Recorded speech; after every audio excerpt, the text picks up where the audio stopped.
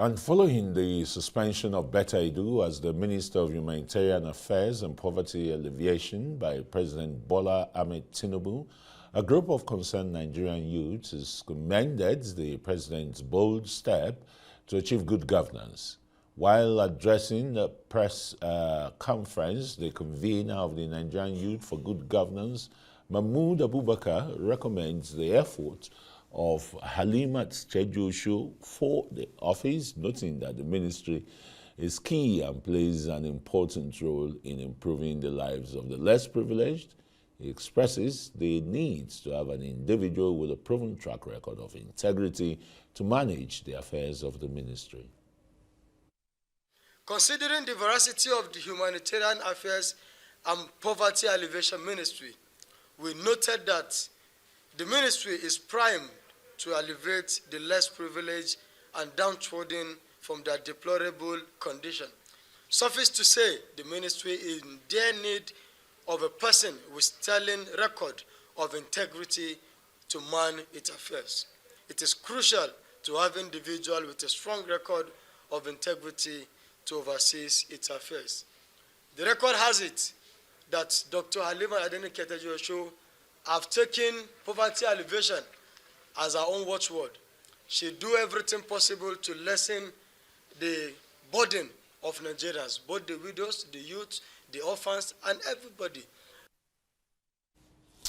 Okay, joining us now is Blessing Akinlosotu, who is the Executive Director of the National Civil Society Council of Nigeria. Very warm welcome to News Summit. Thank you very much. I can see it's a day of CSOs, some for and some against and the rest. Yeah. What's new about the Betta Edu this thing? The president has taken bold steps. He's set up a presidential panel to restructure the entire program. And EFCC is doing its work and the rest. But the question some people are asking is, why should the Minister of Interior not be suspended and be part of the investigation? Having found out that his company, or where he said he had interest or had abdicated that interest, collected a consultancy fee of more than 400 million. Thank you very much. I think the question is straight. Why is it not part? And the reason why it's not part is because the law has stated it clear. The young man in question is not a director in that same company.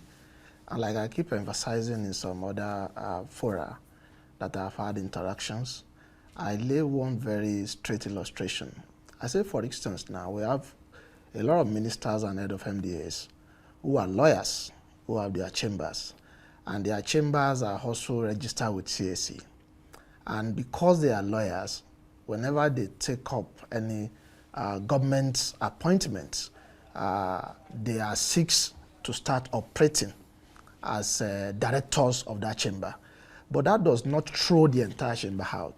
And that does not stop the chamber from defending or prosecuting cases with either the federal government, the state government, or the local government. And likewise, the law is very clear here. The law stipulated that because the law understands that someone can migrate from the private sector to the public sector, and for the fact that that situation can arise, so there is a clause that has made provision for somebody who is a businessman who now wants to migrate into politics, that immediately you are taking up a political appointment, so to say, you are expected to remove your activities in that former private sectors you are. So which one did he remove? As director or as shareholder? As director. Yeah. And as shareholder, what happens? Shareholder is not the owner. Shareholder is not the one that runs the company. Somebody who is in public service is having shareholding in a company that goes to bid for public funds. Are we expecting a lawyer who now funded his own chamber?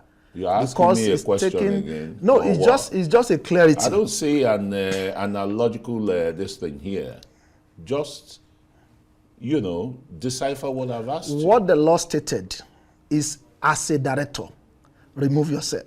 The law is silent in the aspect of shareholding, because the law understands that You cannot have been running your company for more than 10, 20 years. Because you are going into a politics of less than 4 years, you will now throw away everything you have labored for in the past 50 years. The law is very clear here. But have you looked at the conflict of interest here? The conflict why won't people, why won't some Nigerians look at some kind of ethnic jingoism in quickly suspending better, and you quickly coming to defend No, we have not come out to defend. That's what you're doing. What we are doing is to set the record straight. So what is good for the goose is not good for the gander? Investigation is ongoing.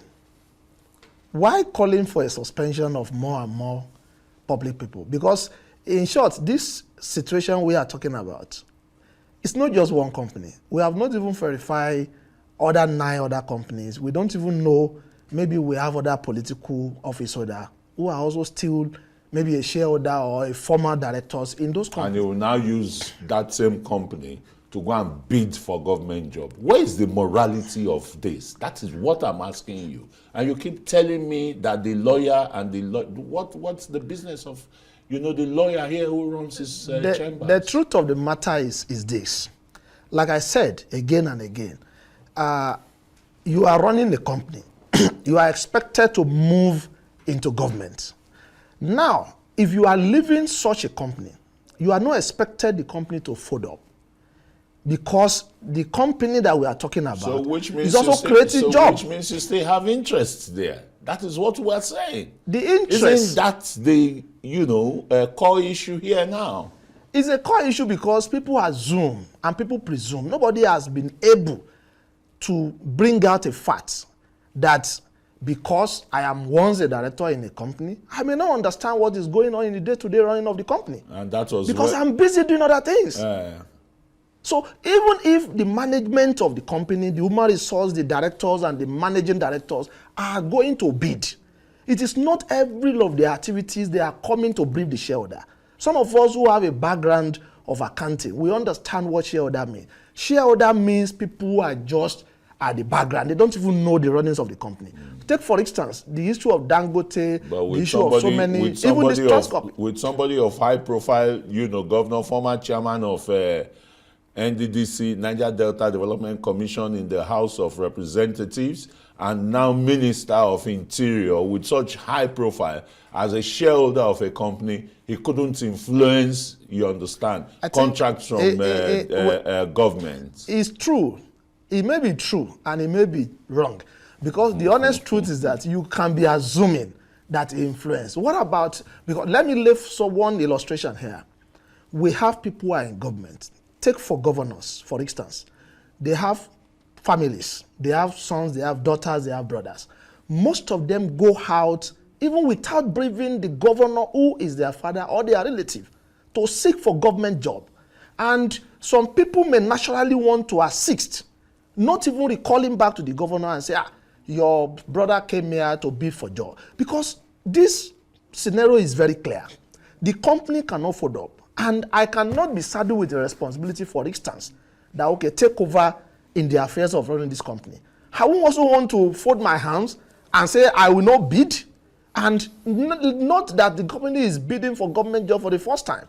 Most of all these companies have been taking private job, they have been taking state government job, they have been taking federal government job. Let me thank you very much, Blessing Akinlosotu, Executive Director, National Civil Society Council of Nigeria. Right? Thank you for having me.